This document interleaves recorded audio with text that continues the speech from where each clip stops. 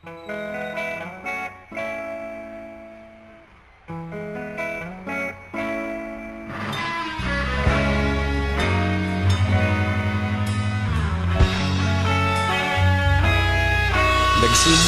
ang lahat sa eskwela, nagsama-samang 12, sa kalokohan at sa tuksuhan, hindi maawat sa isa't isa. Madalas ang standby sa cafeteria, isang barkada na kay saya. Laging may hawak-hawak na gitara, konting udyok lamang kakanta na. Kay simple lamang ng buhay nun, walang mabibigat na suliranin. Problema lamang laging kulang ang datong.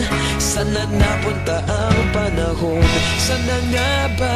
Sana nga ba? Sana napunta ang panahon? Sana nga ba? Sana nga ba? Sana napunta ang panahon? Sa unang ligaw kayo'y magkasama, magkasabwat sa pambobola. Walang sikreto kayong tinatago, okay sarap ng samahang barkada. Nagkawatakan na sa kolehiyo, kanya-kanya na ang lakaran. Kahit minsanan na lang kung magkita, pagkakaibigay hindi nawala. At kung saan na napadpad ang ilan, sa dating eskwela meron ding naiwan. Meron pa ng mga ilang nawala na lang, nakakamiss ang dating samahan. Sana nga ba? Sana nga ba? Sana nga bang barkada ngayon? Sana nga ba? Sana nga ba? Sana nga bang barkada ngayon?